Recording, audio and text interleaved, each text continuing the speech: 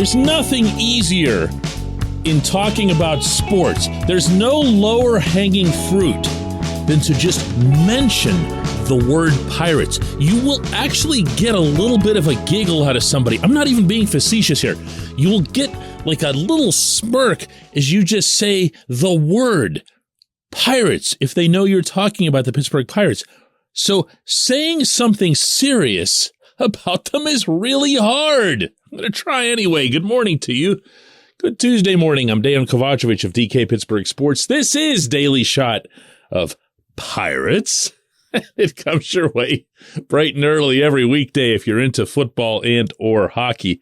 I also offer daily shots of Steelers and Penguins where you found this.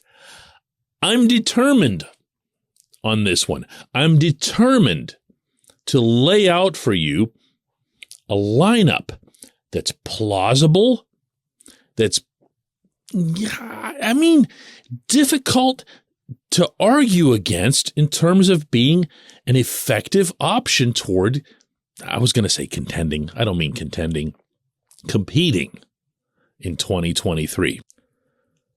And I honestly don't care if you laugh at this, because I don't know, why would I, It's just baseball that we're talking about. It's supposed to be fun, really, at its root.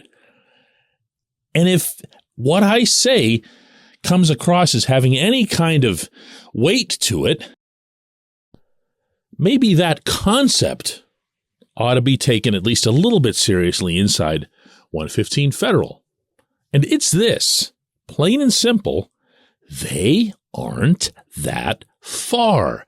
And I understand how stupid that can sound on the surface. I also understand how legitimately laughable it can sound, because we see 101 losses. We see 100 losses. And if you go back to 2020, who knows how many more they actually would have come up with had it not been for the pandemic restricting the season to 60 games. But as soon as you bring it up at the team level, it is what it is. You're just going to get a reflex. But as soon as you start naming names and assigning them to positions and maybe even give them a spot in a fictional batting order, then all of a sudden it takes on a bit of a, oh, okay. But enough of the prefacing. Here it is. Ready? What would you think of Ji-hwan Bae at leadoff and in one of the corner outfield spots? Would you be okay with that? Yeah, I don't know either, but here's what I do know. At every level of organized baseball, he's done nothing but hit. Now, it's not the kind of hit that you generally see in 2022.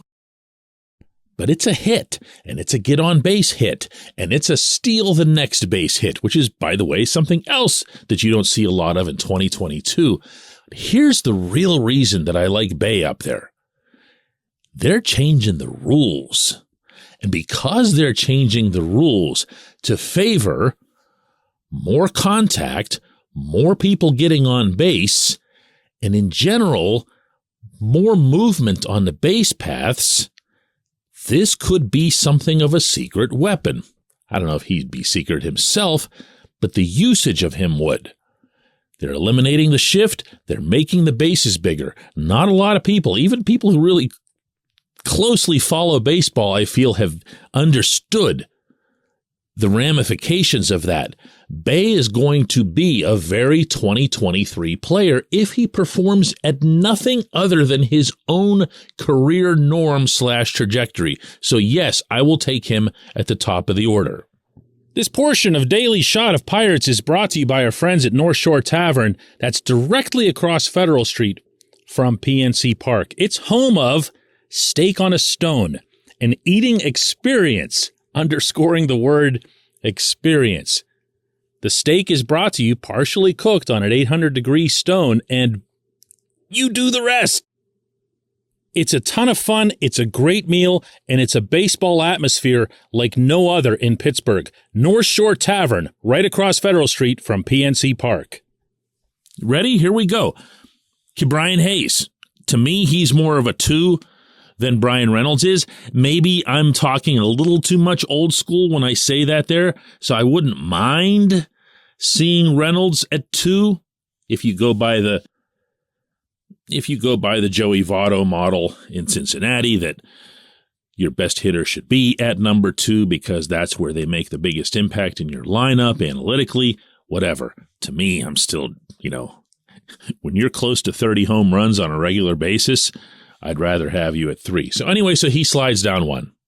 Or we knock out one or both of them and put O'Neal Cruz up there. One way or another, I just mentioned to you 4 guys who could easily be in your top 3.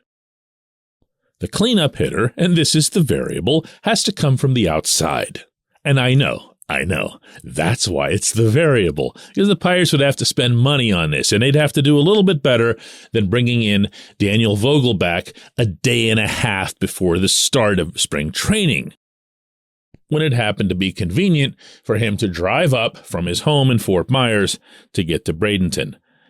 Go get a real live first baseman / DH.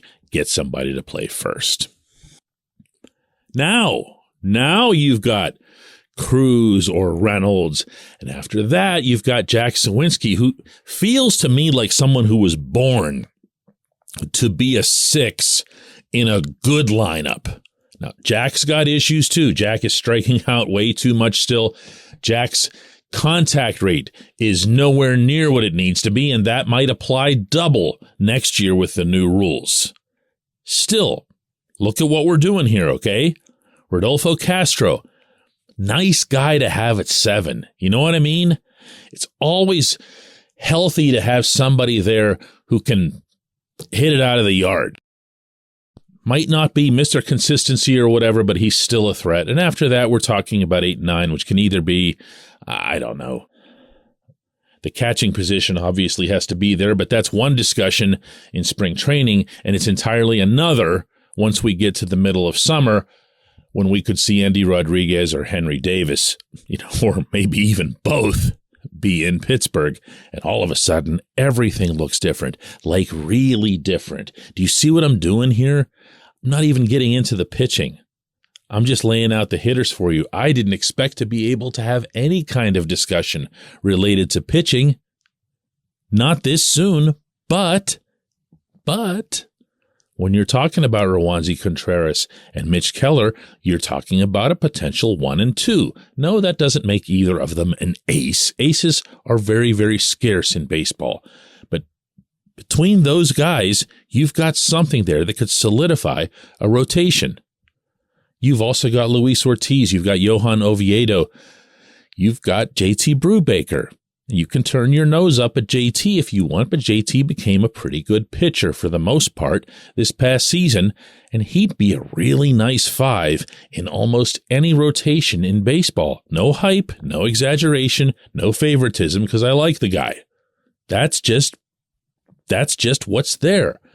Bullpens are bullpens. The only thing that you really have to worry about going into an off season is, do you have your back end taken care of?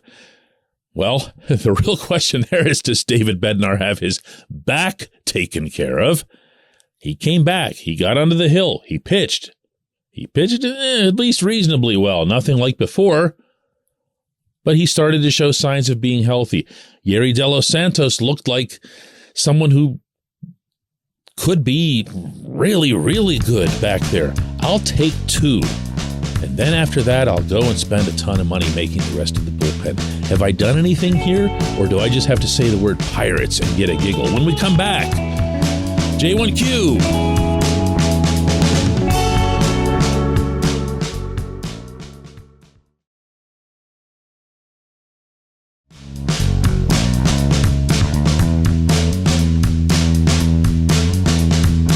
Today's J1Q comes from Michael, who asks, did the Pirates get a reasonable return for Joe Musgrove, who's now an ace in getting back David Bednar, Andy Rodriguez, Hudson Head? Did they trade low? As always, Michael, when it comes to prospect trades, it takes time to find that out. There were 5 total players who were acquired in that exchange. remembering, as you did, that Rodriguez came from the hidden third party in that exchange, and that being the Mets. Endy was one. Bednar was another. Head you mentioned as well. Omar Cruz and Drake Fellows are the other two. Fellows can't really stay on the field, so he's kind of out. Omar Cruz looks like he could be, I don't know, not a particularly special reliever. You just take chances on guys. You get arms in deals. You hope that they can pan out. So what we're really talking about here are the other three, and they're not weighed equally either. Bednar, all-star closer this year.